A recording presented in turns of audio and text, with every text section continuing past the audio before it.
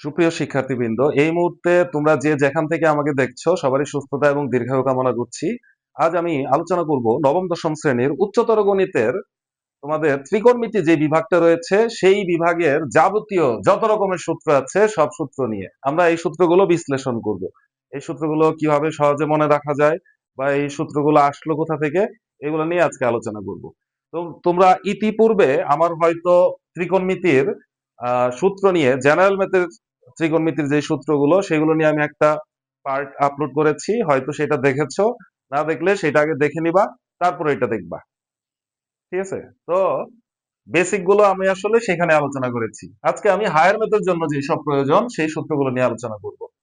তো উচ্চতর গণিতে আমাদের ত্রিকোণমিতিক যেই সূত্রগুলো রয়েছে, যেই চ্যাপ্টার গুলো রয়েছে, তার মধ্যে সর্বপ্রথম আমাদের যেটা নিয়ে আলোচনা সেটা হচ্ছে কোণ। তোমরা জানো যে হয়তো পড়েছো যে কোণ প্রকাশের দুইটা পদ্ধতি। একটা হচ্ছে ষাটমূলক পদ্ধতি, আর একটা হচ্ছে বৃত্তীয় পদ্ধতি। আমরা পদ্ধতি দুইটা একটু দেখি। একটা হচ্ছে ষাটমূলক পদ্ধতি, আর একটা হচ্ছে বৃত্তীয় পদ্ধতি। কোণ প্রকাশের দুইটা, একটা হচ্ছে ষাটমূলক পদ্ধতি,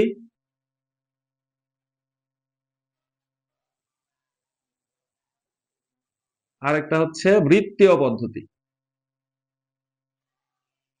আমরা জেনারেল ম্যাথে জেনারেল ম্যাথে আরেকটা হচ্ছে বৃত্তীয় পদ্ধতি। আমরা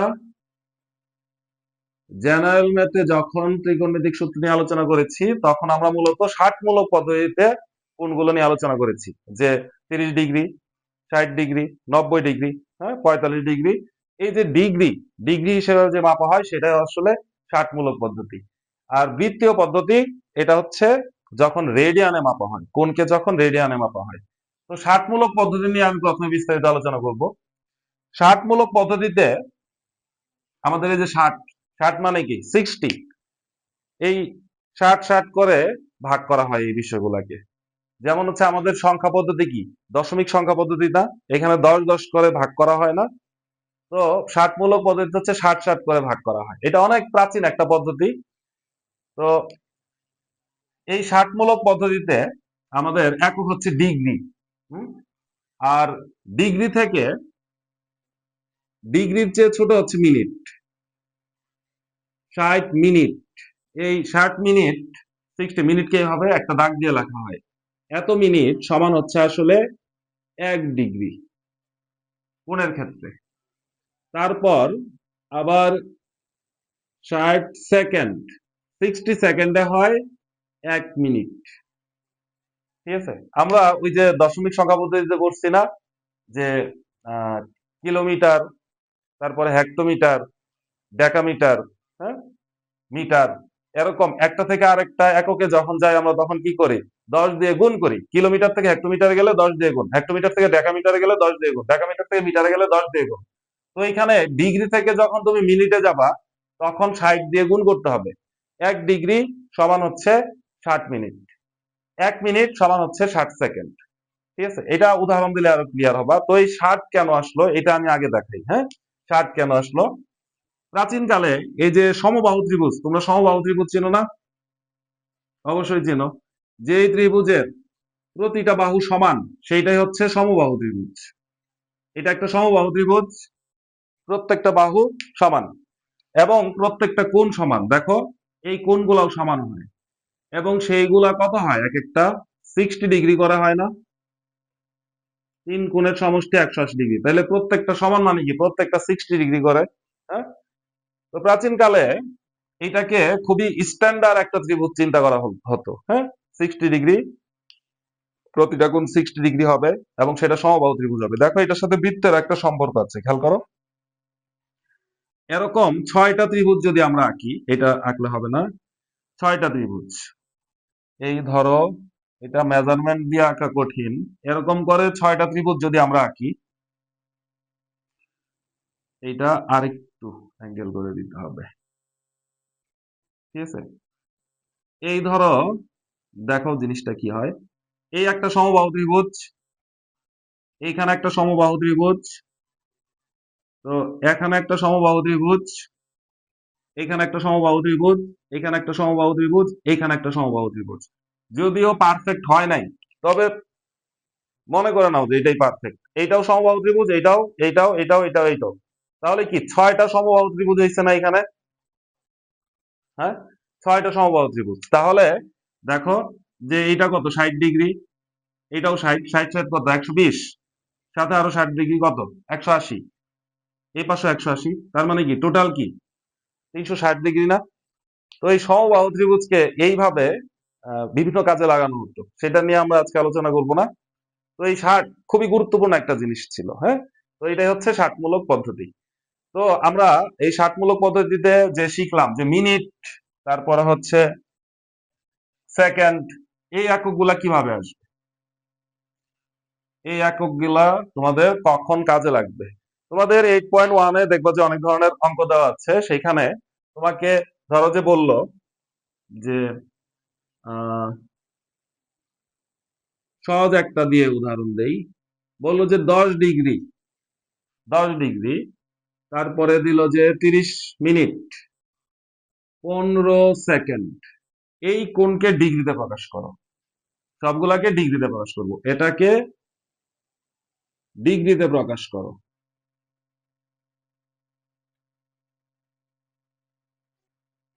প্রকাশ করো। তখন কি করবা, দেখো ডিগ্রিতে প্রকাশের সিস্টেমটা দেখো, খুবই সহজ।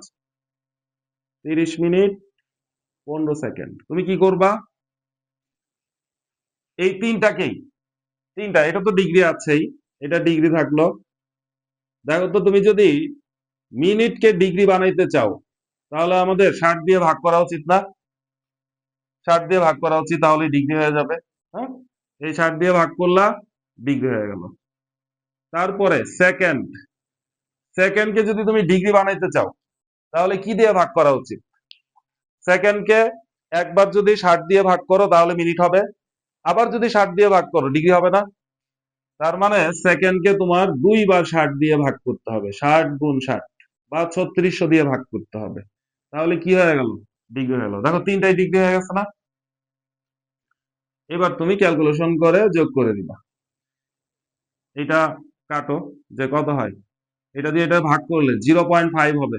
আমি ডাইরেক্ট লিখে দিলাম 0.5 ডিগ্রি। এটা দিয়ে এটাকে ভাগ করলে কত হবে, 15, এটা দিয়ে ভাগ করলে কত হয়, 4 হয় না? 4, তাহলে 4, 4, 6 কত, 24, 240, উপরে হচ্ছে 1, 240, 1 কে 240 দিয়ে ভাগ করলে কত হবে, ক্যালকুলেটর ছাড়াই করি, 1 কে 240 দিয়ে ভাগ করতেছি, 0.0 যায় না, তাহলে আরেকটা জিরো, আরেকটা জিরো যায় না, তাহলে আরেকটা জিরো, আরেকটা জিরো, এবার যায়, হ্যাঁ 4 বার, 4 শূন্য, 4 4 16, 4 2 8, 8 1 9, 6 শূন্য, শেষে কি করবা, আরেকটা শূন্য দিয়ে দিবা, তাই না? তারপরে কি 3 বার কি যায়, যায় না, 2 বার যায়, 2, 2 বার দিলে 480, হুম, 0 2 1, 120, তারপরে আরো 2টা শূন্য দিয়ে দাও, 5, 5 বার যায়, 5 বার, 5 24-এ হচ্ছে 120, 0 0। ওকে, হ্যাঁ, হ্যাঁ ঠিক আছে, 10 অব্দি পারো, ওকে, তাহলে এইটা, তাহলে কত হয়, 0.00425 এত ডিগ্রি। তারপর কি করবে, এগুলো সব যোগ করে দিবা, তাহলে 10.5 যোগ করতেছি, তারপরে একটা শূন্য, তারপরে কত, 425 ডিগ্রি। ঠিক আছে, এটা হচ্ছে মিনিট সেকেন্ড থেকে তোমার ডিগ্রিতে প্রকাশ করা। বা যদি এরকম ডিগ্রি দিয়ে দেয়, ডিগ্রি থেকে তুমি মিনিট আর সেকেন্ডে কিভাবে প্রকাশ করবা, সেটাও খুব সহজ। ডিগ্রি থেকে যদি মিনিটে সেকেন্ডে প্রকাশ করো, তাহলে কি হবে, এখানে ভাগ করছো, এখানে কি করবা, গুণ করবা। ঠিক আছে, গুণ করবা, এটা ক্যালকুলেটরে আমি দেখাই দিব, যখন অনুশীলনের অঙ্ক করবো তখন আমি এটা দেখাই দিব। জাস্ট এটা মনে রাখো যে এটা হচ্ছে আমাদের 60মূলক পদ্ধতি। এবার চলো বৃত্তীয় পদ্ধতি। ঠিক আছে, বৃত্তীয় পদ্ধতি,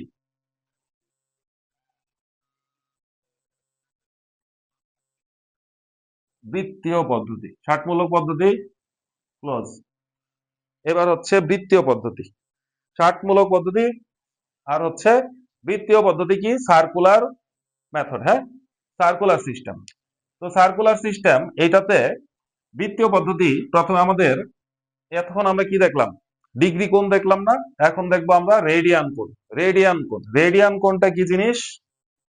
তোমার রেডিয়ান কোণের একটা সংজ্ঞা আছে, যে এক রেডিয়ানের সংজ্ঞা, একটা বৃত্ত, বৃত্ত বুঝে নিও, এটাই বৃত্ত, গোল। তো এই বৃত্তের ব্যাসার্ধ ধরো আর, এই বৃত্তের ব্যাসার্ধ হচ্ছে আর, আর ব্যাসার্ধ বিশিষ্ট একটা বৃত্ত। এই বৃত্তের বাইরে এটা কি পরিধি, পরিধির উপরে তুমি যদি একটা অংশ নাও, সেটা কি বৃত্তচাপ না? পরিধির যে কোনো একটা অংশ বৃত্তচাপ। তুমি এই আর যতটুক, ততটুক যদি একটা বৃত্তচাপ নাও, এখানে আর যতটুক তুমি ততটুক এখানে একটা বৃত্তচাপ নিলা, ধরো যে এই পরিমাণ হয়েছে, এটাও আর। এই বৃত্তচাপটার দৈর্ঘ্য হচ্ছে আর, এখান থেকে এইটুক মাপ যতটুক, এখান থেকে এইটুক মাপ ততটুক। তো এই ব্যাসার্ধের সমান বৃত্তচাপ কেন্দ্রে যেই কোণটা তৈরি করে সেটাই হচ্ছে 1 রেডিয়ান। রেডিয়ানকে সি দিয়ে লেখা হয়। যে কোনো বৃত্ত, যে কোনো বৃত্তের ব্যাসার্ধের সমান বৃত্তচাপ কেন্দ্রে যেই কোণ তৈরি করবে সেটাই হচ্ছে আমাদের রেডিয়ান, 1 রেডিয়ান। ঠিক আছে, এটা আসে মাঝে মধ্যে যে 1 রেডিয়ান কোণ কাকে বলে। তাহলে বৃত্তের ব্যাসার্ধ সমান চাপ কেন্দ্রে যে কোণ তৈরি করে তাকেই 1 রেডিয়ান বলে। বৃত্তীয় পদ্ধতিতে আমরা এই রেডিয়ান নিয়ে কাজ করব। ঠিক আছে, বৃত্তীয় পদ্ধতিতে আমরা রেডিয়ান নিয়ে কাজ করব। এইবার দেখো তো, এই রেডিয়ানের সাথে, এই রেডিয়ানের সাথে আমরা ষাটমূলক পদ্ধতিতে যে ডিগ্রি শিখেছিলাম সেটার কোনো সম্পর্ক স্থাপন করতে পারি কিনা। আচ্ছা, বৃত্তের কেন্দ্রে দেখো তো, বৃত্তের কেন্দ্রে, একটা বৃত্তের কেন্দ্রে পুরাটা মিলে কত ডিগ্রি কোণ হয়? 360 ডিগ্রি কোণ তৈরি হয় না? হ্যাঁ। আর তোমরা বৃত্তের পরিধি, বৃত্তের পরিধি এটাও শিখেছ, যে বৃত্তের পরিধি, বৃত্তের পরিধি কি 2 পাই আর না? 2 পাই আর, বৃত্তের পরিধি কি 2 পাই আর একক, এটা হচ্ছে সূত্র, একক। আর বৃত্তের ক্ষেত্রফল কি পাই আর স্কোয়ার। তো বৃত্তের পরিধি কি 2 পাই আর, এই সম্পূর্ণটা। ঠিক আছে, তাহলে দেখো তো, যে 2 পাই আর পরিমাণ বৃত্তচাপ, সম্পূর্ণ বৃত্তের যে পরিধি সেটাকে যদি তুমি বৃত্তচাপ চিন্তা করো, পুরাটাই তো একটা বৃত্তচাপ, তাই না? এই সম্পূর্ণ পরিধি মানে 2 পাই আর পরিমাণ, সেটা কেন্দ্রে কত ডিগ্রি কোণ তৈরি করে? 360 ডিগ্রি না? এই সম্পূর্ণ কোণটা যদি ঘুরে এই পর্যন্ত আসে, 360 হবে না? তার মানে তুমি এইভাবে লিখতে পারো, লিখতে পারো যে 2 পাই আর একক বৃত্তচাপ কেন্দ্রে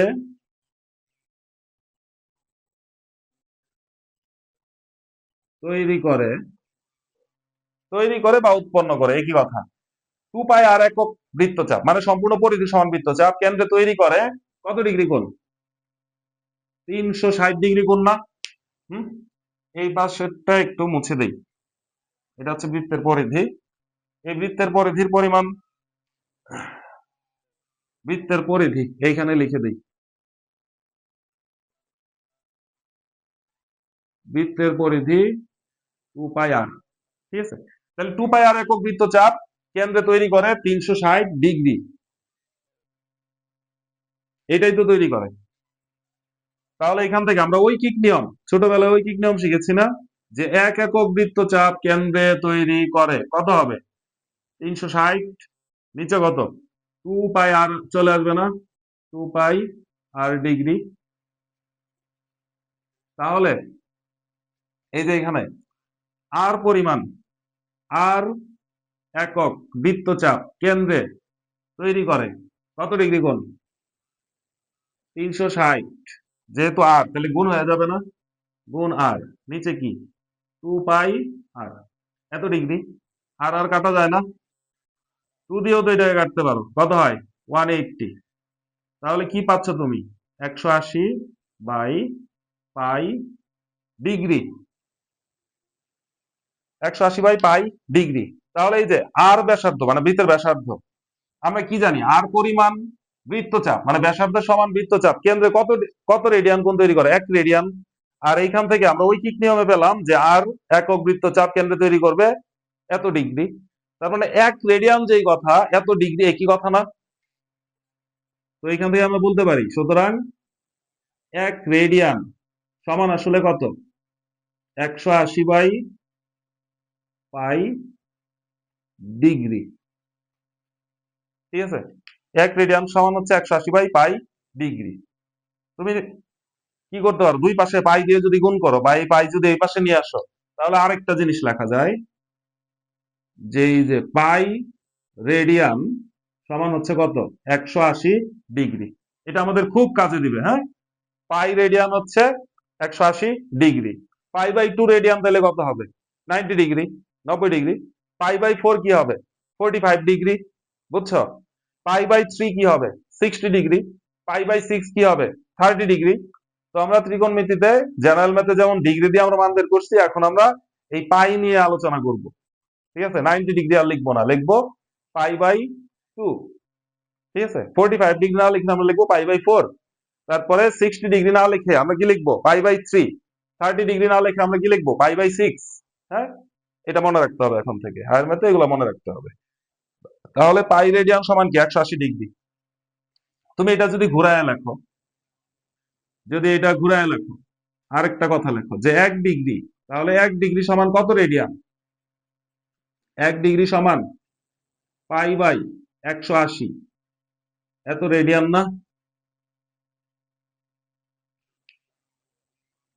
এই 180 ধরো এই পাশে নিয়ে আসলাম, তাহলে নিচে চলে যাবে না? এই হচ্ছে আমাদের কনভার্সন, একটা থেকে আরেকটা ট্রান্সফার। তোমাকে যদি ডিগ্রি থেকে রেডিয়ান বানাইতে বলে, তাহলে কি পাই/180 দিয়ে গুণ করে দিবা। আর যদি রেডিয়ান থেকে ডিগ্রি নিতে বলে, তাহলে 180 দিয়ে গুণ করে দিবা। ঠিক আছে? ডিগ্রি থেকে রেডিয়ানে নিতে বললে পাই/180 দিয়ে গুণ করবা, আর রেডিয়ান থেকে ডিগ্রি নিতে বললে 180 দিয়ে গুণ করে দিবা। এই দুইটা হচ্ছে মেন সূত্র, আর এটা আমি দেখাই দিলাম যে কিভাবে আসছে। ঠিক আছে? এই গেল আমাদের দ্বিতীয় পদ্ধতি। তো এখন তোমাদের একটা বিশেষ সূত্র আছে, বিশেষ সূত্র আছে। সূত্রটা একটু ইম্পর্টেন্ট, এখানে লাল দিয়ে লিখে দিই। এস সমান হচ্ছে আর থিটা।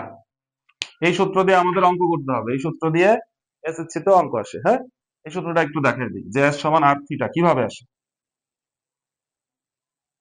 এস সমান আর থিটা এখান থেকে আসবো, এখান থেকেই আসবো।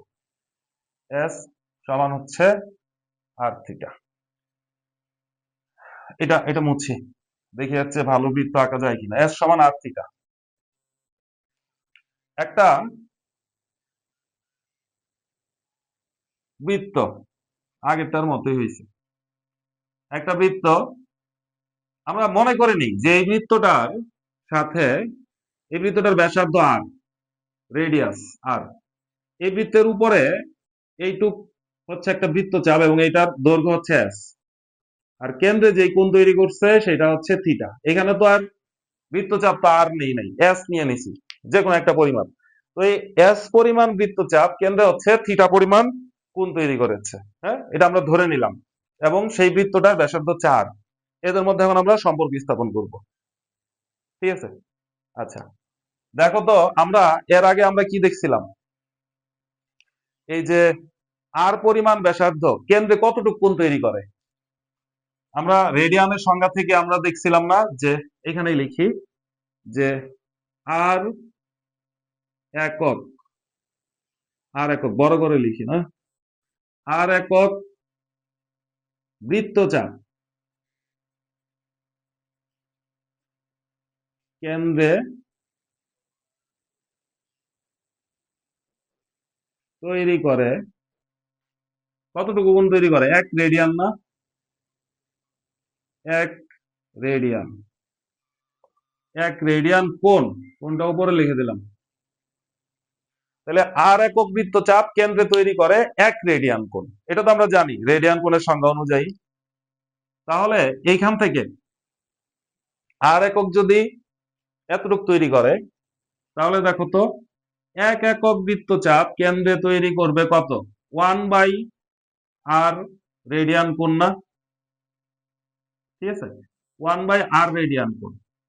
তাহলে এস একক, ওই যে এস তো আমরা ধরে নিয়েছি, এস একক বৃত্তচাপ কেন্দ্রে কতটুকু কোণ তৈরি করবে? এস গুণ হয়ে যাবে না ঐকিক নিয়ম অনুযায়ী? তাহলে 1r এস গুণ করলে এস, নিচে কি আর। এত রেডিয়ান কোণ। কিন্তু আমরা কিন্তু ধরে নিয়েছি যে সে এখানে কতটুকু কোণ তৈরি করছে, থিটা কোণ। তার মানে এই কোণটাই থিটা না, ওই যে কোণটা ওইটাই থিটা না। সুতরাং আমরা কি লিখতে পারি, এই এস বাই আর এটা হচ্ছে থিটা। তাহলে এইখান থেকে আমরা কি লিখতে পারি, এস সমান হচ্ছে আর থিটা। শেষ, সূত্র প্রতিপাদন শেষ। তার মানে এস কি, যে কোনো একটা নির্দিষ্ট পরিমাণ বৃত্তচাপ কেন্দ্রে যদি থিটা কোণ তৈরি করে এবং সেই বৃত্তের ব্যাসার্ধ যদি আর হয়, তাহলে এদের মধ্যে সম্পর্ক হচ্ছে এস সমান আর থিটা। এখানে সবচেয়ে ইম্পর্টেন্ট বিষয় যে এখানে যে থিটা, এটা কিন্তু রেডিয়ানে, এটা কিন্তু ডিগ্রিতে না, থিটা হচ্ছে রেডিয়ানে। তোমাকে যদি বলে দেয়, এটার একটা উদাহরণ দেখাই, তোমাকে বলল যে এটা পৃথিবী, তোমাকে বললো যে পৃথিবী, ঠিক আছে, এটা পৃথিবী, তাহলে পৃথিবীর ব্যাসার্ধ কত? পৃথিবীর ব্যাসার্ধ তুমি জানোই, পৃথিবীর ব্যাসার্ধ ৬,৪৪০ এত কিলোমিটার, এটা পৃথিবীর ব্যাসার্ধ। তারপরে বলে দিল যে টেকনাফ এবং হচ্ছে ঢাকা, এটা ধরো ঢাকা, এটা ধরো টেকনাফ, ঠিক আছে, এরা পৃথিবীর কেন্দ্রের সাথে একটা কোণ তৈরি করে, এটা দিয়ে দিল। হ্যাঁ, বললো যে, আমি আন্দাজে আমার মতো করে দিচ্ছি, বললো যে 18 ডিগ্রি কোণ তৈরি করে, ঠিক আছে, 18 ডিগ্রি কোণ তৈরি করে। তাহলে এই ঢাকা টেকনাফের মধ্যবর্তী দূরত্ব কত? তাহলে কি এস চাইছে না, এই সূত্র থেকে এস চাইছে, যে এর মাঝখানে দূরত্ব, দূরত্ব কত? তাহলে তুমি কি করবা, জাস্ট লিখবা এস সমান কি আর থিটা। আর কত? ৬,৪৪০ কিলোমিটার। কিন্তু থিটা, থিটা তো 18 ডিগ্রি, এটাকে আমাদের কি রেডিয়ানে নেওয়া উচিত না? হুম, তাহলে দেখো রেডিয়ানে যদি নাও, তাহলে কি করা উচিত, এক, এই যে 18 ডিগ্রি, ডিগ্রিকে তুমি কি করবা, রেডিয়ানে নিবা। তাহলে রেডিয়ানে নিলে, আমরা একটু আগে দেখছি যে ডিগ্রি থেকে রেডিয়ানে নিলে কি করতে হয়, ডিগ্রি থেকে যদি তুমি রেডিয়ানে নাও, তাহলে কি করতে হবে বলতো, এই পাই বাই 180 এটা দিয়ে গুণ করতে হয় না, এই যে এত রেডিয়ান। বুঝছো বুঝছো, এই যে 180 ডিগ্রি সমান কি পাই রেডিয়ান, 180 ডিগ্রি সমান কি পাই রেডিয়ান। তাহলে 1 ডিগ্রি সমান কি পাই বাই 180 রেডিয়ান। তাহলে এখানে যে কোনো ডিগ্রি যদি তুমি নাও, 18 ডিগ্রি সমান কি হবে, 18 গুণ পাই বাই 180 রেডিয়ান। বুঝছো ঘটনা, এখানে আমি ডাইরেক্ট লিখে দিচ্ছি। তারপর এটা তুমি ক্যালকুলেশন করে দিবা, ক্যালকুলেটরে টিপে এটা কাটাকাটি করতে পারো। 10, 10 দিয়ে পায়ের মান কত, পায়ের মান কত, 3.14159653 এরকম চলতেই থাকে। তো এটাকে 3.1416 ধরা যায়, সিমিলার, হ্যাঁ, 3.1416। তাহলে 3.1416 কে 10 দিয়ে যদি তুমি ভাগ করো, তাহলে কিছু একটা আসবে। 10 দিয়ে ভাগ করলে আসলে পয়েন্ট সামনে চলে আসবে, এই যে 6440 ইন্টু হচ্ছে 0.31416 এরকম আসবে। তারপর এটাকে গুণ করবা, গুণ করে যা হবে তত কিলোমিটারই হচ্ছে আমাদের টেকনাফ আর ঢাকার মধ্যবর্তী দূরত্ব। বুঝতে পারছো, এটা ক্যালকুলেটরে তুলে দিলেই চলে আসবে। হ্যাঁ, ক্লিয়ার, এটা প্রয়োগও দেখায় দিলাম। এবার দেখো এই সূত্রের এই চ্যাপ্টার, প্রথম যে চ্যাপ্টার, এটাতে আর তেমন কোনো সূত্র নাই। বৃত্ত থাকুক, বৃত্তর কাজ লাগতে পারে, হ্যাঁ, বৃত্তের কাজ থাকতে পারে। তো এই চ্যাপ্টারে আরেকটা জিনিস আছে, সেটা হচ্ছে ঘড়ির কাঁটা আর মিনিটের কাঁটার মধ্যবর্তী কোণ। আমরা এইগুলাকে একটাকে ঘড়ি বানিয়ে ফেলবো, ওইটা ঘড়ি। দেখো পৃথিবীকে এবার ঘড়ি বানিয়ে ফেলবো আমরা। ঘড়ির কাঁটা আর মিনিটের কাঁটার মধ্যবর্তী কোণ, তোমরা তো ঘড়ি চিনো নিশ্চয়ই। তো ঘড়ির কাঁটা আর মিনিটের কাঁটার মধ্যবর্তী কোণ যদি আমরা বের করতে চাই, একটা মুছি, ঘড়ির কাঁটা আর মিনিটের কাঁটার মধ্যবর্তী কোণ, একটা জিনিস খেয়াল করো খুব মনোযোগ সহকারে। হ্যাঁ, ঘড়ির কাঁটায়, ঘড়ি তো চিনো যে এখানে কি থাকে, 12 থাকে, এইখানে 12 ভিতরে থাকে, আমি বাইরে দিচ্ছি। তারপরে এই বরাবর এইখানে যে ঘরটা থাকে, সেটাতে কত থাকে, 6, এখানে কত থাকে, 3, এখানে থাকে 9, আরো অনেক ঘর থাকে, 1 থাকে, 2 থাকে। লিখে দিই, এই যে 1 2, এখান থেকে 1, এখান থেকে 2, তারপরে এখানে 4, এখানে 5, এটাই তো ঘড়ি। 7 8 10 11, 10টা বাজে 11টা বাজে, ঠিক আছে, এই হচ্ছে আমাদের ঘড়ি। তো দেখো কাঁটা নাই, কাঁটা দিতে হবে, হ্যাঁ, ঘড়ির কাঁটা থাকতে হবে, একটা ঘন্টার কাঁটা আর একটা কি মিনিটের কাঁটা। এই কেন্দ্র থেকে একটা কাঁটা থাকে, সেটা হচ্ছে ঘন্টার কাঁটা। আমি ধরো যে কোনো এক পাশে এঁকে দিই, যে এটা হচ্ছে ঘন্টার কাঁটা, ঘন্টার কাঁটাটা একটু মোটা করে দেখাই দিচ্ছি, ঘন্টার কাঁটা একটু মোটা থাকে, হ্যাঁ, এটা হচ্ছে ঘন্টার কাঁটা।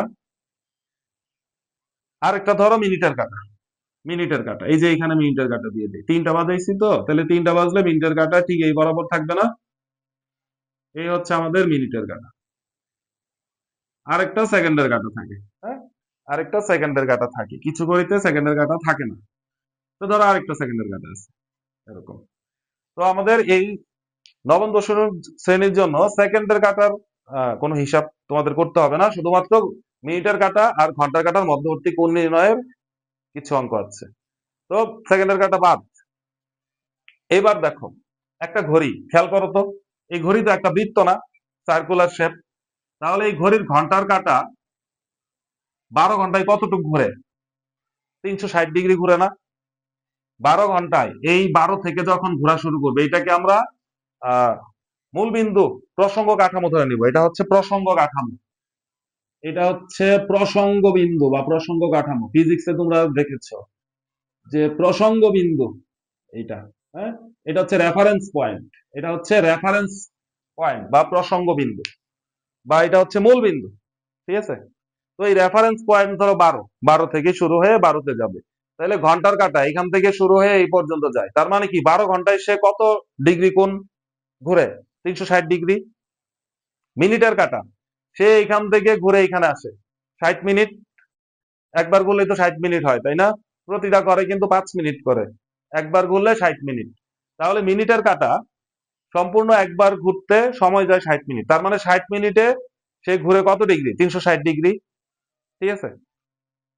এবার আমরা মূল বিন্দু সাপেক্ষে হিসাব করব যে এই বিন্দুর সাপেক্ষে ঘন্টার কাঁটা কতটুকু ঘুরছে, কত ডিগ্রি ঘুরছে, আর মিনিটের কাঁটা কতটুকু ঘুরছে, তারপরে দুইটা যদি আমরা বিয়োগ করে দিই, একটা থেকে আরেকটা যদি বিয়োগ করে দিই, তাহলে ঘন্টার কাঁটা আর মিনিটের কাঁটার মধ্যবর্তী দূরত্ব পাবো না? আবার বুঝো, ধরো এটা ঘন্টার কাঁটা, এটা মিনিটের কাঁটা, এখানেই তো ছিল ঘন্টার কাঁটা। ধরো যে কোনো একটা নির্দিষ্ট সময়ে, ধরো যে আমরা হিসাব করি যে 4টা 30-এ, তোমাকে সময় দিয়ে দিল যে 4টা 30-এ ঘন্টার কাঁটা আর মিনিটের কাঁটার মধ্যবর্তী কোণ কত? 4টা 30, তাহলে এটা 4টায় কি এখানে আসবে না? তাহলে 4টা যে বাজলো, এই 1 ঘন্টায় সে কতটুক যায় এটা আমরা বের করবো, 4 ঘন্টায় কত ডিগ্রি যায় সেটা আমরা বের করবো, হ্যাঁ, সহজ। 12 ঘন্টায় যায় 360 ডিগ্রি, তাহলে দেখো তো এটা কত? 30 ডিগ্রি না? তাহলে 60 ডিগ্রি, 30, 30 60 120 ডিগ্রি, সে এটা সাপেক্ষে 120 ডিগ্রি কোণ গেছে। তারপর মিনিটের কাঁটা, মিনিটের কাঁটা বলছে তো 4:30, তাহলে এখানে যাবে। মিনিটের কাঁটা আবার কি করবে? 60 মিনিটে কত যায়? 360 ডিগ্রি, তাহলে 30 মিনিট, যেহেতু 4:30 বলছে, 4টা 30, তাহলে 30 মিনিটে কি সে 180 ডিগ্রি কোণ যাবে না? তারপরে তুমি দেখো যে তুমি 180 ডিগ্রি কোণ মানে মিনিটের কাঁটার কোণ থেকে যদি এই কাঁটার কোণ বিয়োগ করো, তাহলে এইটুক পাবা না? ঘন্টার কাঁটা আর মিনিটের কাঁটার মধ্যবর্তী কোণ এইটুক পাবা। এটাই আমরা ম্যাথ দিয়ে করব। ধরো আমি একটা জেনারেল ফরম্যাট তোমাদের বানিয়ে দিচ্ছি, যে টাইমকে আমরা কি লিখি? ধরো যে 3টা 30 বা 3টা 40-কে আমরা কি লিখি? এরকম ভাবে লিখি না? হ্যাঁ, 2টা 10 এভাবে লিখি না? ঘন্টা মিনিট আমি এভাবে লিখতেছি এখানে, তাহলে ঘন্টা মিনিট, ঘন্টা মিনিট, এই সময়ের মধ্যে, এই সময়ে তোমার ঘড়ির কাঁটার আর মিনিটের কাঁটার মধ্যবর্তী কোণ কত হবে সেটা আমরা সূত্রের মাধ্যমে বের করব, ঠিক আছে। দেখো তো তুমি যদি এই যে এখানে যে লিখছি একটু খেয়াল করো, 2 ঘন্টা 10 মিনিট না? এই 2 ঘন্টা 10 মিনিটকে তুমি যদি ঘন্টা বানাও, পুরাটাকেই ঘন্টা বানাবা, তাহলে তুমি কি করবা? 2 ঘন্টা যোগ 10 মিনিট, ঠিক আছে, 2 ঘন্টা, এভাবে লিখি, হ্যাঁ, বুঝে নিও। 2 ঘন্টা যোগ হচ্ছে 10 মিনিট, এভাবে তো লিখবো আমরা, তাই না? না, এটা মুছতে হবে, দাঁড়াও, মুছে সুন্দর করে দেখাই। 2 ঘন্টা 10 মিনিটকে আমরা যদি সম্পূর্ণ ঘন্টায় বানাই, তাহলে 2 ঘন্টা যোগ 10 মিনিট এভাবে লিখবো না? তারপর যদি ঘন্টা বানাইতে চাই সম্পূর্ণটা, যে কত ঘন্টা, 2 ঘন্টা 10 মিনিট মানে আসলে কত ঘন্টা, তাহলে 2 ঘন্টা আর 10 মিনিটকেও আমরা কি করব, 60 দিয়ে ভাগ করব, তাহলে কি এটাও ঘন্টা হয়ে যাবে। 5 এর অঙ্ক, বুঝছো? তারপর কি এই দুইটা আমরা যখন যোগ করব, তখন কি পাবো, ঘন্টা পাবো না? বুঝছো? তাহলে এইচ ঘন্টা এম মিনিট, এইচ ঘন্টা এম মিনিট মানে কি, এইচ ঘন্টা যোগ এম মিনিট, তাহলে এম কে আবার 60 দিয়ে ভাগ করলে যেটা বাবা, এত ঘন্টা না টোটাল। এইচ ঘন্টা এম মিনিট মানে কি, এত ঘন্টা না, না মিনিটকে আবার ঘন্টা বানায় ফেললাম। বুঝছো? এইটা খুব ইম্পর্টেন্ট, এই জিনিসটা আমাদের লাগবে। হ্যাঁ, এই জিনিসটা লাগবে, এই জন্যই বুঝাইলাম। এটা থাকুক, পরে মুছছি। দেখো, তাহলে আমরা ঘন্টার কাটায় চলে আসি। ঘন্টার কাটায় কি করে,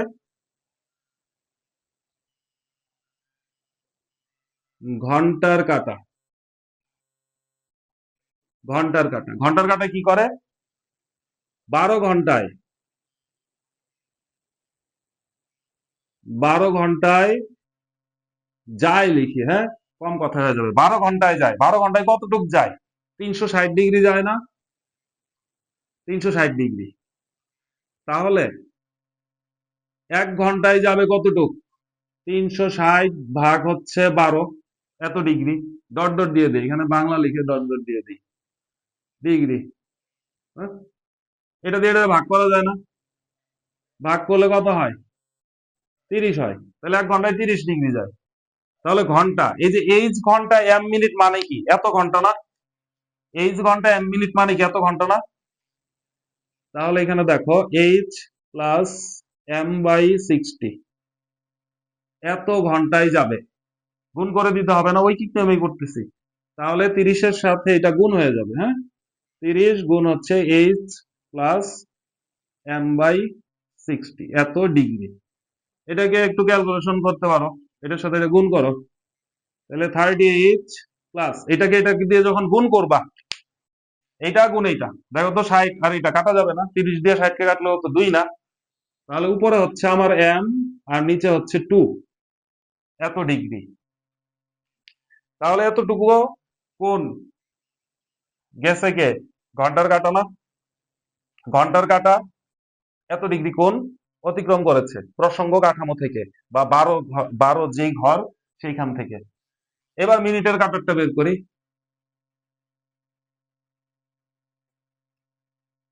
মিনিটের কাটা, মিনিটের কাটা, হ্যাঁ? তাহলে মিনিটের কাটা, দেখো তো মিনিটের কাটার ক্ষেত্রে একই ভাবে 60 মিনিটে যায়, 60 মিনিটে যায় কত ডিগ্রি, আগেরটাই না, 360 ডিগ্রি। মিনিটের কাটা 60 মিনিটে যায় 360 ডিগ্রি, তাহলে 1 মিনিটে যাবে কত, 360 কে 60 দিয়ে ভাগ করো। আমি একবার ভেঙে ভেঙে দেখাচ্ছি, অনেকের কাছে এটা খুব ইজি মনে হবে, ঠিক আছে, যে এগুলা কি করায়। তাহলে এম মিনিটে সে কত ডিগ্রি যাবে, তাহলে এম মিনিটে যাবে এম গুণ 6, তাই না, তার মানে 6 এম, এত ডিগ্রি। এইবার দেখো, এই দুইটার যদি একটা থেকে আরেকটা বিয়োগ করো, তাহলে মধ্যবর্তী কোণ পাবা না। কিন্তু তুমি কি জানো যে কোনটা বেশি কোনটা কম, জানো না কিন্তু। ধরো আমাদের ঘন্টার কাটা, আমি আনুমানিক দেখাচ্ছি, যে ধরো ঘন্টার কাটা গেছে, ধরো যে 90, 90 না 120 ডিগ্রি আছে, আর মিনিটের কাটা সেইটা গেছে ধরো যে 60 ডিগ্রি। তাহলে দুইটা বিয়োগ করে তুমি সুন্দর 60 ডিগ্রি পেয়ে যাচ্ছ। কিন্তু ধরো যে ঘন্টার কাটা গেছে 40 ডিগ্রি মাত্র, আর মিনিটের কাটা গেছে 120 ডিগ্রি, তাহলে এই দুইটা বিয়োগ করলে মাইনাস পেয়ে যাচ্ছ না। এই মাইনাসটা আমরা যদি করতে চাই, অ্যাভয়েড করতে চাই, তাহলে কি করা উচিত, মডুলাস দিয়ে দিলে হবে না, পরম মান। তাহলে মডুলাস দিলে তুমি পার্থক্যটা পেয়ে যাবে না, শুধু পার্থক্যটা, বুঝছো? এই কারণে আমরা এখানে মডুলাস নিব বা পরম মান নিব, শুধু মান নিব, নেগেটিভ পজিটিভ নিব না, বুঝছো? এই কারণে মডুলাস নিব। দেখো তাহলে কি হবে, সুতরাং মধ্যবর্তী মধ্যবর্তী কোণ, আমি এটা নিচে লিখবো, হ্যাঁ নিচে লিখবো, মধ্যবর্তী কোণ সমান, যে কোনো একটা থেকে তুমি যে কোনো একটা বিয়োগ করে দাও, এই প্রথমটা থেকে দ্বিতীয়টা বিয়োগ করো, কোনো সমস্যা নেই। তাহলে 38m/2, প্রথমটা বিয়োগ কি দ্বিতীয়টা 6m, কিন্তু এটাকে অবশ্যই মডুলাসের মধ্যে রাখতে হবে, ঠিক আছে, এত ডিগ্রি। এটা হচ্ছে আমাদের মধ্যবর্তী কোণের ফর্মুলা। এটাকে আরেকটু সিম্পলিফাই করো, লসাগু 2, তাহলে কত 68 প্লাস m মাইনাস 12m না, মডুলাস এত ডিগ্রি। তাহলে কি হচ্ছে, নিচে 2 উপরে কি 68 মাইনাস 11m মডুলাস। এটাই হচ্ছে ঘড়ির ঘন্টার কাঁটা আর মিনিটের কাঁটার মধ্যবর্তী কোণ নির্ণয়ের ফর্মুলা। এটা হচ্ছে এমসিকিউ এর জন্য ডাইরেক্ট এটা মনে রাখবা, 68 মাইনাস 11m ডিভাইড বাই 2 এটার মডুলাস। আর অঙ্ক করার সময় এভাবে করবা, এভাবে করা যায়। আমি করাই দিব, যখন আমি অনুশীলনী বা সৃজনশীল করাবো বোর্ড কোশ্চেন, তখন আমি করাই দিব। এখন দেখো এখানে আরেকটু কাজ আছে, আরেকটু। ধরো তুমি এই ডিগ্রিটা কোনোভাবে এটা বের করলা, মান বের করলা, বের করে দেখলা যে তাদের মধ্যবর্তী কোণের পরিমাণ চলে আসছে 210 ডিগ্রি, ঠিক আছে, 210 ডিগ্রি মনে করো চলে আসছে, সাপোজ 210 ডিগ্রি চলে আসছে। যদি এরকম 180-র চেয়ে বেশি আসে, 180-র চেয়ে বেশি আসলে তুমি কি করবা, মধ্যবর্তী কোণ 360 থেকে এটা বিয়োগ করে দিবা। যদি 180-র চেয়ে বেশি আসে তাহলে বিয়োগ করে দিবা, বিয়োগ করলে কত হয় 150 ডিগ্রি। হ্যাঁ, এই বিয়োগটা কেন করবা, যদি 180-র চেয়ে বেশি আসে তখন হচ্ছে 360 থেকে বিয়োগ করতে হবে। এটার কারণ কি, দেখো ধরো তুমি কোনোভাবে অঙ্ক করছো যে এই তিনটা তো 3টা 40, ধরো 3টা 40, এটা মুছে দেই, ধরো 3টা 40, তখন কি হবে, এই মিনিটের কাটা এখানে আসবে না, মিনিটের কাটা এখানে আসবে। তাহলে তুমি মধ্যবর্তী কোণ হিসাব করে, মধ্যবর্তী কোণ হিসাব করে তুমি পাইছো এই পাশেরটা, এই যে এই ফরম্যাটে করে করে তুমি লাস্টে যখন পাইছো না, তুমি এইটাও পাইতে পারো, এইটাও পাইতে পারো, বুঝছো, নিচেরটাও পাইতে পারো, উপরেরটাও পাইতে পারো, কারণ এই যে এখানে আমরা এটা থেকে এটা বিয়োগ করলে হয়তো নিচেরটা পাবো, আর আগে যদি ঘন্টা নেই পরে মিনিটে নেই তাহলে হয়তো উপরেরটা পাবো, যে কোনো একটা পাবোই দুই পাশের মধ্যে। এই নিচের কোণটা ধরো এটা হচ্ছে 210 ডিগ্রি,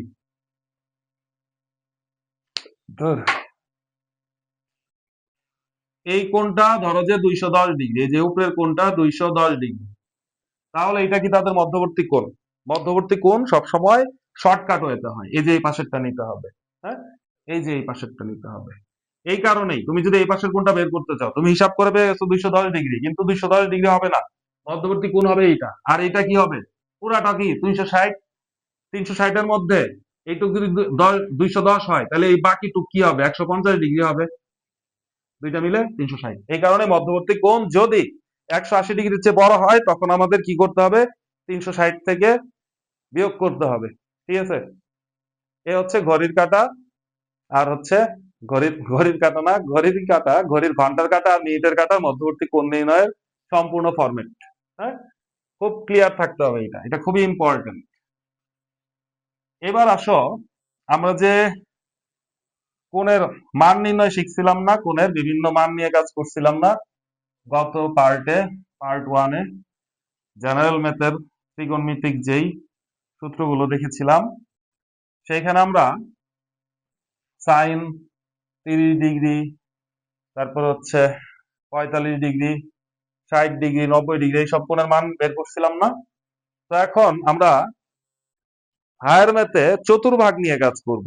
চতুর্ভাগ মানে আমাদের সূক্ষ্ম কোণ নিয়ে কাজ করেছিলাম জেনারেল ম্যাথে, এখন হায়ার ম্যাথে আমরা এই কোণটাকে, আর জেনারেল ম্যাথে কি করছিলাম 0 ডিগ্রি থেকে 90 ডিগ্রি পর্যন্ত ছিল, এখন আর আমরা এটাকে এই লিমিটের মধ্যে রাখবো না, 0 to 90 ডিগ্রি এই লিমিটের মধ্যে রাখবো না, আমরা এটাকে অসীম পর্যায়ে চিন্তা করব, এটা অসীম পর্যায়ে চিন্তা করবো, এটা যা ইচ্ছে তাই হতে পারে, ঠিক আছে, সাইন 1000 ডিগ্রি হইতে পারে, কস 1200 ডিগ্রি হইতে পারে, ঠিক আছে, এরকম হইতে পারে।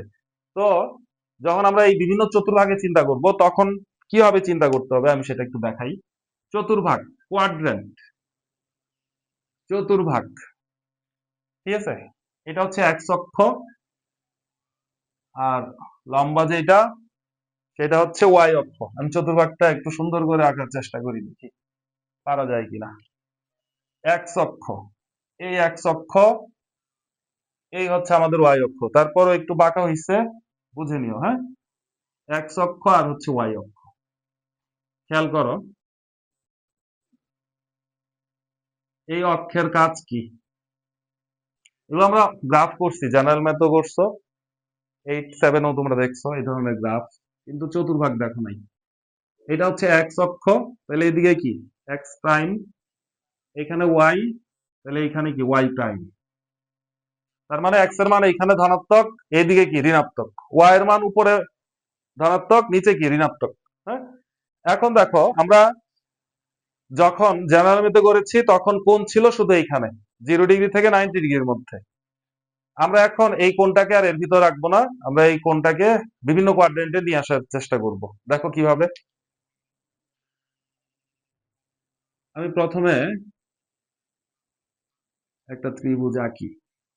এই ধরো একটা ত্রিভুজ, এইখানে এই কোণটা ধরো একটা সূক্ষ্ম কোণ, তাহলে এই কোণটা হচ্ছে থিটা। হ্যাঁ, বুঝছো? এই কোণটা হচ্ছে থিটা। তাহলে এই ত্রিভুজের কোণের বিপরীত বাহু সেটা কি? সেটাকে আমরা লম্ব হিসেবে চিনি না? গত ক্লাসে দেখেছি যে কোণের বিপরীত বাহু লম্ব, আর কোণ সংলগ্ন যেটা সেটা সন্নিহিত বাহু, বা সেইটাকে বলা হবে কি ভূমি। ভূমি, ঠিক আছে, লম্ব আর হচ্ছে ভূমি। এবার দেখো আমরা একটা কোণ, একটা কোণ বিভিন্ন চতুর্ভাগে যাবে। হ্যাঁ, কোথায় কোন জায়গায় পজিটিভ হবে, কোন জায়গায় নেগেটিভ হবে, কোথায় সাইন কজ হয়ে যাবে, কজ সাইন হয়ে যাবে, ঠিক আছে? এটা সূত্র দিয়ে মুখস্থ করা যায়। আমি সূত্রটা আগে সংক্ষেপে দেখা দেই, তারপরে দেখো, তারপরে আমি ব্যাখ্যা দিয়ে দিব। সূত্রটা সংক্ষেপে দেখা দেই, মনে রাখার উপায়। অল, এখানে হচ্ছে স্টুডেন্টস,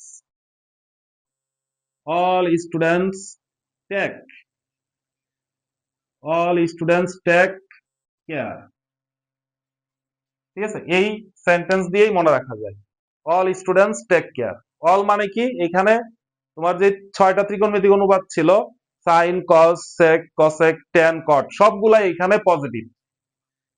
আর এইখানে স্টুডেন্টস, এখানে হচ্ছে তোমার স্টুডেন্টস এস তে বোঝায় সাইন, এখানে হচ্ছে সাইন পজিটিভ। আর আমরা কি জানি সাইনের বিপরীত কি, কসেক না?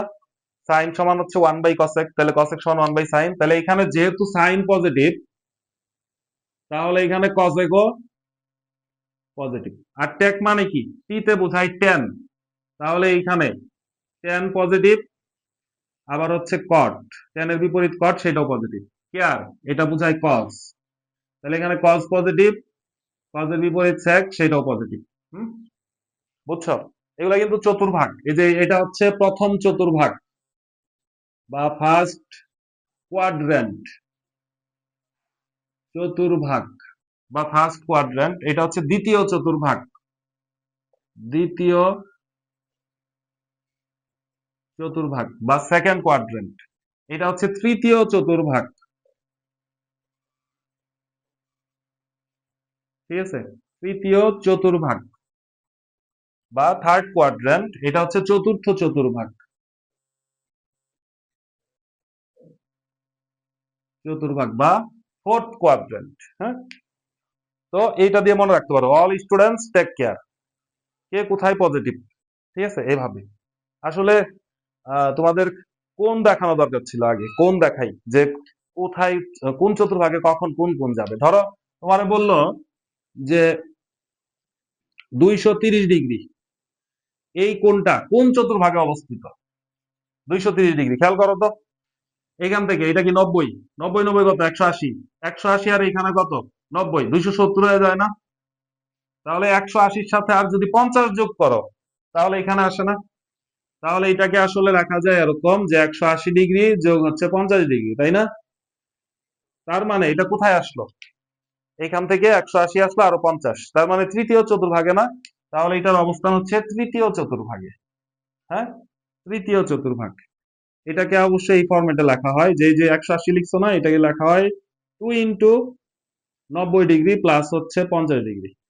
তার মানে কি দুইটা সমকোণ পার হয়ে গেছে, তারপরে 3 নম্বরে আসছে, এই জন্য এটা কি তৃতীয় চতুর্ভাগে অবস্থিত। চতুর্ভাগে অবস্থিত এই কোণটা, হ্যাঁ, এভাবে বলে, বুঝছো? এবং তোমার কোণটা এইখান থেকে শুরু হয়ে ঘড়ির কাঁটার বিপরীত দিকে যাবে। ঘড়ির কাঁটার বিপরীত দিকে কোণ মাপলে সেটা হচ্ছে ধনাত্মক কোণ, আর ঘড়ির কাঁটার দিকে মাপলে সেটা হচ্ছে ঋণাত্মক। ঠিক আছে, দেখো ঋণাত্মক কোণ হইতে পারে, তোমাকে বললো -230 ডিগ্রি, এইটা কোন চতুর্ভাগে? -230 ডিগ্রি। তাহলে দেখো, তাহলে এবার কিন্তু এই দিক ঘুরবে না, এবার ঘুরবে এই দিক। তাহলে 90, 90, 180 আর 50, 230 না, এইখানে আসবে। বুঝছো ঘটনাটা? তাহলে এটা কিন্তু ঘুরে ফিরে কোথায় যাবে? দ্বিতীয় চতুর্ভাগে। বুঝছো? এটা লিখলাম না, এটা হচ্ছে দ্বিতীয় চতুর্ভাগে যাবে। দেখো একই কোণ, একই কোণ, কিন্তু সেটা কি হবে? শুধু মাইনাসের কারণে এটা কিন্তু দ্বিতীয় চতুর্ভাগে চলে গেল, এখান থেকে ঘুরে এখানে। হ্যাঁ, তো এইভাবে আরো বড় ধরনের কোণ দেওয়া থাকবে, সেটা আমরা অঙ্ক যখন করব তখন আমরা দেখব। এখন খালি এটা এটা বুঝছো না, এটা খুব ইজি জিনিস, যে কোন চতুর্ভাগে যাবে সেটা এইভাবে বের করা যায়। হ্যাঁ, তো এটা আমরা ডিগ্রির পর আমরা তো রেডিয়ান শিখলাম, তাহলে আমরা যদি রেডিয়ানে প্রকাশ করি সেটাও পারবো না?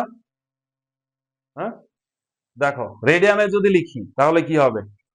এই যে এটা এটা 90 ডিগ্রি না, তাহলে এইখানে এইখানে কোনটা আসলে কি? পাই/2 রেডিয়ান না? এইটুক কোণ কি 90 ডিগ্রি? পাই/2। এইটুক কি আরো 90, 90, 90, 180।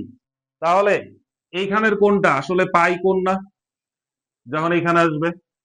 হ্যাঁ, আর কে কোথায় পজিটিভ সেটা আমি দেখাচ্ছি, এগুলো আমি আহ মুছে ফেলি চতুর্ভাগ, এই যে এই ভিতরের গুলা মুছি। আমি এখন সূত্রের আসল ঘটনাটা দেখাবো। ঠিক আছে, সূত্রের আসল ঘটনাটা দেখাবো।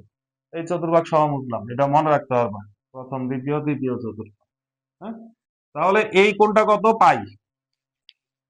তাহলে এইটা 90, এটা 90, এটা কি 270 না?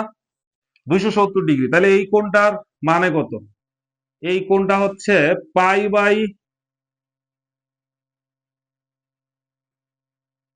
হ্যাঁ 3 পাই/2।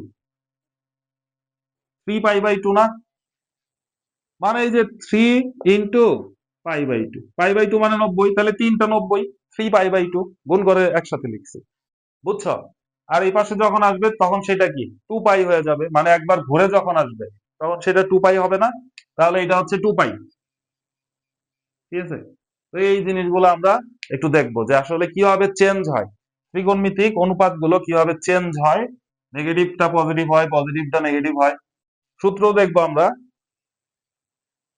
কিন্তু আমরা আগে এই ব্যাখ্যাগুলো দেখবো, একটু খেয়াল করো। সাইন থিটা মানে কি? প্রথমে সাইন নিয়ে কাজ করি। Sine theta, sine theta, sine theta মানে কি? লম্ব বাই অতিভুজ না? আমরা গত ক্লাসে দেখেছি লম্ব ভাগ হচ্ছে অতিভুজ, লম্বকে অতিভুজ দিয়ে ভাগ করলে তুমি যেটা পাবা সেটা হচ্ছে আমাদের সাইন থিটা। সাইন থিটা সমান লম্ব বাই অতিভুজ। একটু খেয়াল করো, এই অতিভুজ যেটা, আমরা অতিভুজকে আমরা একটা নির্দিষ্ট দূরত্ব দিয়ে দিব যে 1 একক। অতিভুজটা ধরে নিলাম যে 1 একক। 1 একক 1 সেন্টিমিটার হইতে পারে, 1 মিটার হইতে পারে, 1 ইঞ্চি হইতে পারে, 1 কিলোমিটার হইতে পারে, হ্যাঁ, 1 মাইল হইতে পারে। 1 একক। তাহলে এটার অবশ্যই একটা মান থাকবে, আর এটা শুধু 1 একক। এবং এই অতিভুজকে আমরা একটা ঘূর্ণায়মান রেখা চিন্তা করব, যে এটা ঘুরবে। কোন দিকে ঘুরবে? ঘড়ির কাঁটার বিপরীতে ঘুরবে, তাহলে পজিটিভ কোণ। ঘড়ির কাঁটার দিকেও ঘুরতে পারে, ঘুরলে নেগেটিভ কোণ হবে।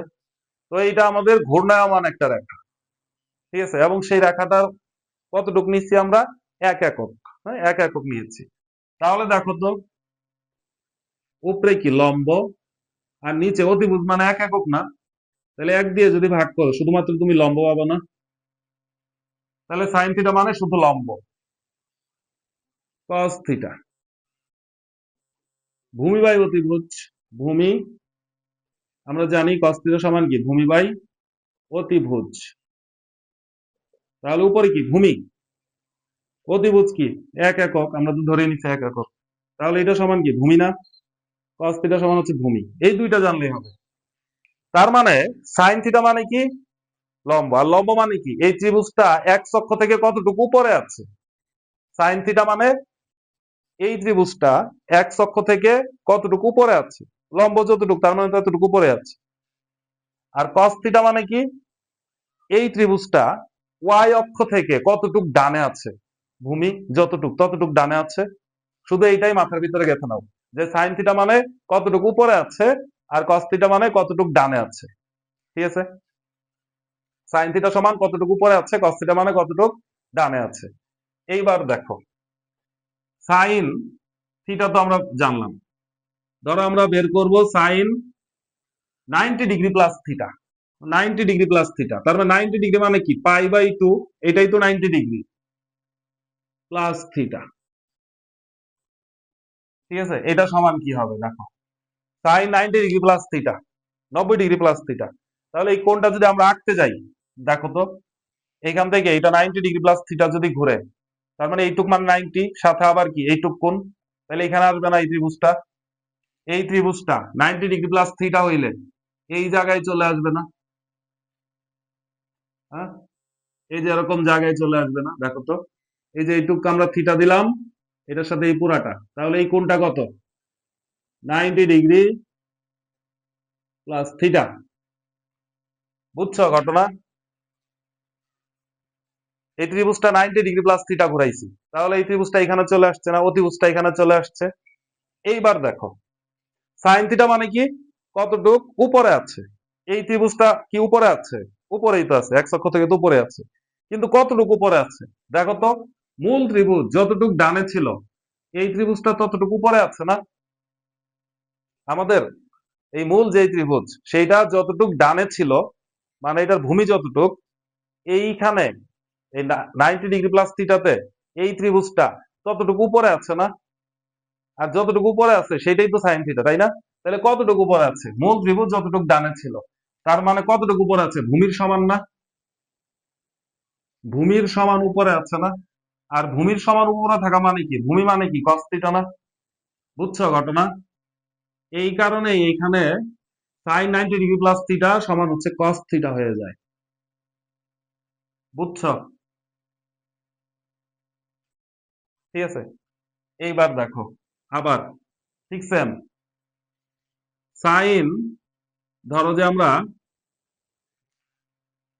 পাই প্লাস থিটা, পাই প্লাস থিটা মানে 180 ডিগ্রি প্লাস থিটা, পাই প্লাস থিটা এটা সমান কত হবে একটু খেয়াল করো, পাই প্লাস থিটা। তাহলে এই অতিভুজটা এখান থেকে 180 ঘুরবে, আরো থিটা পরিমাণ ঘুরবে না? তাহলে এই চিত্রটা কোথায় চলে আসবে দেখো তো, এইখানে আসবে না? হ্যাঁ, এইটা ঘুরে এখানে আসবে না? তাহলে এইখান থেকে আমি আজকে কালার পেয়েছি, দেখো এই যে এইখান থেকে এই পর্যন্ত আসলো, তাহলে এই কোণটা কত হইলো পাই 180 প্লাস থিটা না? বুঝছো? এইবার দেখো সাইন থিটা মানে কি কতটুকু উপরে আছে, এই ত্রিভুজ কি উপরে আছে? এই ত্রিভুজ কিন্তু উপরে নাই, এইটা এক্স অক্ষ থেকে উপরে নাই, নিচে আছে। ঠিক আছে, নিচে থাকা মানে কি নেগেটিভ না? এই নিচ দিকের মানগুলা কি ওয়াই এর মান না? নেগেটিভ না? উপরে ওয়াই পজিটিভ নিচে নেগেটিভ, তার মানে সাইন এইখানে উপরে নাই, এই ত্রিভুজটা উপরে নাই, নিচে আছে। কতটুকু নিচে আছে, মূল ত্রিভুজ যতটুকু উপরে ছিল এইটা ততটুকু নিচে আছে। আর মূল ত্রিভুজ এই ত্রিভুজটা উপরে কতটুকু ছিল, সাইন থিটার সমান না? বুঝছো? তাহলে সাইন 180 প্লাস থিটা কি হবে, মাইনাস সাইন থিটা হবে। বুঝছো? বুঝছো? হ্যাঁ, সাইন 180 প্লাস থিটা ত্রিভুজটা এখানে চলে আসবে, মানে ওই অতিভুজটা ঘুরে এখানে চলে আসবে।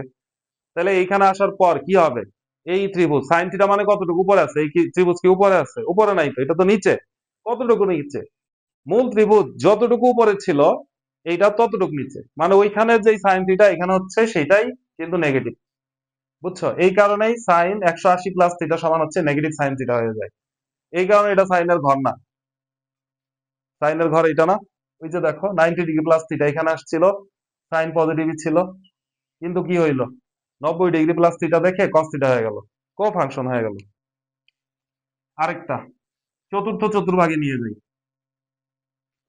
তাহলে চতুর্থ চতুর্ভাগে তুমি যদি নিতে চাও, হ্যাঁ, কিভাবে নিতে পারো? চতুর্থ চতুর্ভাগে নিয়ে যাব। ধরো আমরা চতুর্থ চতুর্ভাগে নিয়ে যাওয়া বলতে প্রথম, দ্বিতীয়, তৃতীয়, চতুর্থ এইখানে নিয়ে যাই। হ্যাঁ, সরাসরি নিচে আনতে পারো, তুমি এইখানেও আনতে পারো। এইখানে আনি, দেখো দুই পাশে নিয়ে যেয়ে দেখাই। এই যে এইখানে চলে আসবে না, চতুর্থ চতুর্ভাগ এইখানে নিয়ে আসলাম। তাহলে এই কোণটা কত হলো দেখো তো, এই কোণটা এইখান থেকে এই পর্যন্ত গুণ না, তাহলে এই কোণটা কত, 3π/2 প্লাস থিটা না, 270 ডিগ্রি প্লাস থিটা না। হুম, 270 ডিগ্রি প্লাস থিটা, তাহলে সাইন 3π/2 প্লাস হচ্ছে থিটা। ওকে, এবার দেখো তাহলে এই চতুর্ভাগে আসছে এই কোণ, এরকম কোণ তৈরি করছে, তাহলে এই অতিভুজটা ঘুরে এখানে আসছে। এখন দেখো তো সাইন থিটা মানে কি, ত্রিভুজটা কতটুকু উপরে আছে, ত্রিভুজ কি উপরে আছে, উপরে নাই তো, নিচে আছে, তাহলে কি হবে, নেগেটিভ হবে না, নিচে থাকা মানে নেগেটিভ। কতটুকু নিচে আছে, এই পরিমাণ না, আর এইটা কি এই পরিমাণের সমান না, তার মানে এখানে যতটুক নিচে আছে সেটা আসলে মূল ত্রিভুজ কতটুক ডানে ছিল তার সমান না, তার মানে কতটুক ডানে ছিল তার সমান, তাহলে কি cos থিটা সমান না। এই জন্যই যখন এরকম 3π/2 প্লাস থিটা হয় তখন হচ্ছে এই যে সাইন দেখো cos হয়ে গেছে, আর এটা যেহেতু সাইনের ঘর না এই জন্য এটা নেগেটিভ হয়ে গেছে। এটা হচ্ছে মূল ব্যাখ্যা, ঠিক আছে, এটা হচ্ছে মূল ব্যাখ্যা। এখন তোমরা সূত্র হিসেবে কিভাবে মনে রাখবা, সূত্র হিসেবে মনে রাখবা যে এই কে কোণকে, কোণকে তোমাদের এই ফরম্যাটে লিখতে হয়, n into π/2 plus minus theta, এরকম ফরম্যাটে লিখতে হবে কোণকে। হ্যাঁ, লিখে এই যে n, n যদি জোড় হয়, জোড় সংখ্যা হয়, n জোড় হলে, n এর মান কি 1 2 3 4 5 6 7 8 10 12 যা ইচ্ছা তাই, তো যদি জোড় হয়, n জোড় হলে এই সাইন কস সেক এগুলাই থাকবে, চেঞ্জ হবে না। জোড় হলে নো চেঞ্জ, আমি লিখে দিই নো চেঞ্জ, ঠিক আছে, কাদের নো চেঞ্জ, এই যে সাইন কস টেন কট এগুলা কোনো চেঞ্জ হবে না। কিন্তু n যদি বিজোড় হয়, বিজোড় হলে ক ফাংশন হয়ে যাবে, ক ফাংশন মনে রাখো, ক ফাংশন, ক ফাংশন হবে, ক ফাংশন যদি জোড় হয় তাহলে কোনো চেঞ্জ হবে না, আর কো ফাংশন হবে। কো ফাংশন গুলা কি কি দেখো, কো ফাংশন গুলো আমি লিখে দিই। কো ফাংশন এটা জানো তোমরা, কো ফাংশন কি, সাইন, সাইন ই সহ সাইন থিটা, এইটার কো ফাংশন কে, কো সাইন, এই যে লেখাই হয় কো সাইন, কো ফাংশন, ঠিক আছে। তারপরে সেক, সেক মানে সেকেন্ড, এইটার কো ফাংশন হচ্ছে কো সেকেন্ড, যেটাকে আমরা কসেক হিসেবে জানি, কো সেকেন্ড। তারপর আরেকটা কি, ট্যানজেন্ট, ট্যানজেন্ট সেটা হচ্ছে কো ট্যানজেন্ট, এইগুলাই হচ্ছে আমাদের কো ফাংশন। হুম, তার মানে বিজোড় হইলে আমাদের কো ফাংশন হয়ে যাবে, যদি সাইন থাকে তাহলে কস হয়ে যাবে, কস থাকলে সাইন হবে, সেক থাকলে কসেক হবে, কসেক থাকলে সেক হবে, টেন থাকলে কট হবে, কট থাকলে টেন হবে। আর দেখতে হবে কার ঘরে গিয়েছে, জোর থাকলে কোনো চেঞ্জ নাই, আর দেখতে হবে কার ঘরে গিয়েছে, ঠিক আছে, দেখবো যে কার ঘরে যায়, অল স্টুডেন্টস টেক কেয়ার, ঘুরে ফিরে যদি তার ঘরেই যায়, এখানে যে থাকবে যদি তার ঘরেই যায় তাহলে কিন্তু এটা কোনো চেঞ্জ হবে না, আর যদি তার ঘরে না যে অন্য জায়গায় যায় তাহলে নেগেটিভ হয়ে যাবে, চিহ্ন চেঞ্জ হয়ে যাবে। ঠিক আছে, বুঝছো ঘটনাটা, এটা আরো দেখাইতাম, ভিডিও অনেক লং হয়ে যাবে, অনেক লং হয়ে যাবে, দরকার নাই, একটু বোঝার চেষ্টা করো, বুঝলে ভালো লাগবে। আমি একটু তোমাদের আরো কিছু মান একটু দেখায় দিই, একটু দেখায় দিই। হ্যাঁ, সাইন দেখবা যে নেগেটিভের ভ্যালু কেন পজিটিভ হয়ে যায় এটা একটু দেখাই। মুছে দিলাম। দেখো নেগেটিভের ভ্যালু, কিছু নেগেটিভ দেখবা পজিটিভ হয়ে যাবে। এই যে এরকম সাইন অফ মাইনাস থিটা, এটা সমান দেখবা যে sine theta minus sine theta, ঠিক আছে। তারপরে দেখবা ten, ten of minus theta সমান দেখবা মাইনাস টেন থিটা, এটা নর্মালি মনে হচ্ছে। কিন্তু যখন দেখবা কস, কস অফ মাইনাস থিটা সেটা সমান কস থিটা হয়ে যাবে, ঠিক আছে। এটার বিপরীত গুলো সেম, মানে কস যা হচ্ছে সেকের সাথেও তাই ঘটবে। সেক অফ মাইনাস থিটা দেখবা যে সেক থিটা হয়ে যাবে, ঠিক আছে। আরগুলো সব নেগেটিভই হবে। সাইন, তারপরে সাইন তোমার কোসেক, কোসেক মাইনাস থিটা সমান হবে মাইনাস কোসেক থিটা। তারপরে কট, কট মাইনাস থিটা হইলো মাইনাস কট থিটা হবে, কিন্তু এই দুইটা ব্যতিক্রম হবে। এটার মানে কি, এটার ঘটনাটা কি, এটা একটু দেখাই দিই। হ্যাঁ, এই দুইটা একটু দেখাই দিই, এই দুইটাও দেখাই দিব। মাইনাস থিটা মানে কি, মাইনাস থিটা কি ঘড়ির কাঁটার দিকে না, এই দিকে ঘুরবে না? মাইনাস থিটা মানে এই দিকে ঘুরবে। আরেকটা চিত্র দিয়ে দেখাই, দেখো এইটুকের মধ্যেই দেখো, এটা হচ্ছে থিটা, ঠিক আছে। সাইন দিয়েও বোঝায়, কস দিয়েও বোঝায়। সাইন মানে কি, ধরো এটা মাইনাস থিটা হইলে এটা এইদিকে না যে নিচ দিকে আসবে না, এদিক দিয়ে ঘুরে এখানে চলে আসবে না? তাহলে এই যে এই কোণটা, এটাই হচ্ছে আমাদের মাইনাস থিটা, এই কোণটাই হচ্ছে মাইনাস থিটা। তাহলে এইটা যখন অতিভুজ এখান থেকে এখানে আসলো, দেখো সাইন থিটা মানে কি, কতটুকু উপরে আছে, এটা কি উপরে আছে? উপরে নাই তো, নিচে আছে। কতটুকু নিচে? মূল ত্রিভুজ যতটুকু উপরে ছিল এটা ততটুকু নিচে, এই কারণেই সাইন অফ মাইনাস থিটা সমান মাইনাস সাইন থিটা হয়। কিন্তু কজের ক্ষেত্রে দেখো, কজ মানে কি, কতটুক ডানে আছে, কস থিটা মানে কতটুক ডানে আছে। এই ত্রিভুজটা যতটুক ডানে ছিল এই ত্রিভুজ ততটুক ডানে আছে না, একই, ঠিক আছে। এটা তো বামে চলে যায় না, যে মাইনাস হয়ে যাবে, এটা ডানে আছে, এই কারণেই কস মাইনাস থিটা সমান হচ্ছে কস থিটা হয়, ঠিক আছে। অন্যভাবে মনে রাখতে হবে যে এটা কার ঘর, এটা হচ্ছে কজের ঘর আর হচ্ছে সেকের ঘর, তাই না? তো এইখানে যদি আসে মাইনাস থিটা মানে তো এইখানে আসবে, এটা তো এদেরই ঘর, এটা তো পজিটিভ, এইখানে নিচেদের ঘর না। আর এগুলা তো এই সাইনের ঘর না, এটা কি সাইনের ঘর, এখানে সাইন নেগেটিভ হবে। এটা কি টেনের ঘর, নেগেটিভ হবে। এটা তো কটেরও ঘর না, নেগেটিভ হবে। বুঝছো? এই হচ্ছে আমাদের আহ সূত্র নিয়ে আমাদের আলোচনা। আমাদের সম্ভবত আর কিছু নাই, তোমাদের 9-10 জন্য আর তেমন কিছু লাগবে না, আশা করা যায় এগুলো দিয়ে পারবা, ঠিক আছে। আরো কিছু মান, একটু দুইটা মান দেখাই দেয়, দুইটা দুইটা লাস্ট, হ্যাঁ লাস্ট দুইটা একটু ধৈর্য সহকারে দেখো, একটু ধৈর্য সহকারে দেখো। এই ধরো সাইন 180 ডিগ্রির মান কত, ঠিক আছে। তারপরে ধরো যে সাইন 360 ডিগ্রির মান কত, 360 মানে কত, 2 পাই, ঠিক আছে। এগুলো আমরা বের করতে পারি কিনা। তারপরে ধরো যে কস, কস পায়ের মান কত, ঠিক আছে। তারপরে ধরো যে টেন, এই লিখতেছি আর কি ভ্যারাইটিস, 2 পায়ের মান কত, হ্যাঁ। এগুলো যদি আমরা বের করতে চাই, তাহলে দেখো সাইন পাই, সাইন পাই মানে কি, সাইন 180 ডিগ্রি, তাহলে এইটা মনে রাখবা, এটা ঘুরে এখানে আসবে না, এখানে তো আসবে। সাইন থিটা মানে জিনিসটা কি, কতটুকু উপরে আছে, এটা কি উপরে আছে, উপরে তো নাই, এটা যখন ঘুরে এখানে আসবে জিরো হয়ে যাবে না, তার মানে সাইন পায়ের মান হচ্ছে জিরো। 2 পাই, 2 পাই কি হবে, পাই, 2 পাই এখানে যাবে না, 2 পাই মানে কি, উপরে আছে, উপরে নাই, নিচেও আছে, নিচেও নাই, জিরো। তাহলে 2 পাইয়ের মানও জিরো। কিন্তু কস, কস পাই, এটা ঘুরে এখানে আসবে। কস মানে কি, কতটুকু ডানে আছে, এটা কি ডানে আছে, ডানে নাই, বামে আছে। কতটুকু বামে, যতটুকু ডানে ছিল ততটুকুই বামে, বুঝছো? হ্যাঁ, ততটুকুই বামে, ঠিক আছে। এবং এখানে দেখো কস থিটা মানে কি, লম্ববাই অতিভুজ, লম্ববাই ভূমি বাই অতিভুজ। দেখো এই অতিভুজ ঘুরে এটার উপরে আসলে আমাদের এই ভূমি আর অতিভুজ সমান না, তাইলে কস পাই হচ্ছে 1, বুঝছো। কস 2 পাইটাও বের করে দেই, এখানে বের করে দিই, কস 2 পাই, কস 2 পাই এইটা ঘুরে এখানে আসবে না, তাহলে কস 2 পাই এর মান কত হবে,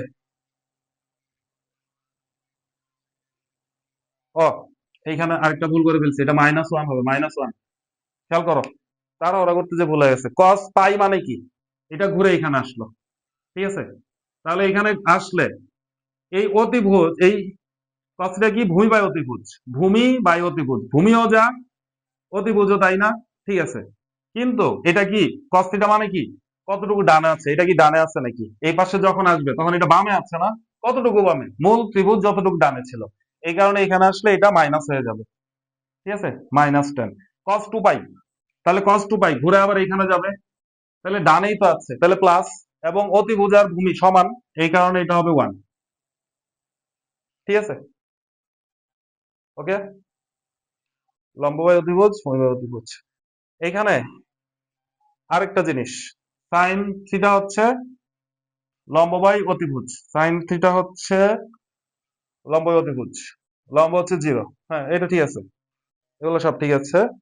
এইবার দেখো tan 2 পাই, tan বের করতে গেলে কি আমরা জানি sin 2 পাই ভাগ হচ্ছে cos 2 পাই, হ্যাঁ ঠিক আছে। তাহলে sin 2 পাই এর মান কত, 0, আর cos 2 পাই এর মান হচ্ছে 1, 0 কে 1 দিয়ে ভাগ করলে 0 হবে, তাহলে tan 2 পাই এর মান হচ্ছে 0। এইভাবে আমরা আরো বের করবো, আরো প্র্যাকটিস করব, যখন অঙ্ক করব তখন এগুলো একবারে ঝরঝরা হয়ে যাবে, ঠিক আছে। তো আজকে এই পর্যন্তই থাক, ভালো থেকো, হ্যাঁ সুস্থ থেকো, আবারও দেখা হবে, আল্লাহ হাফেজ।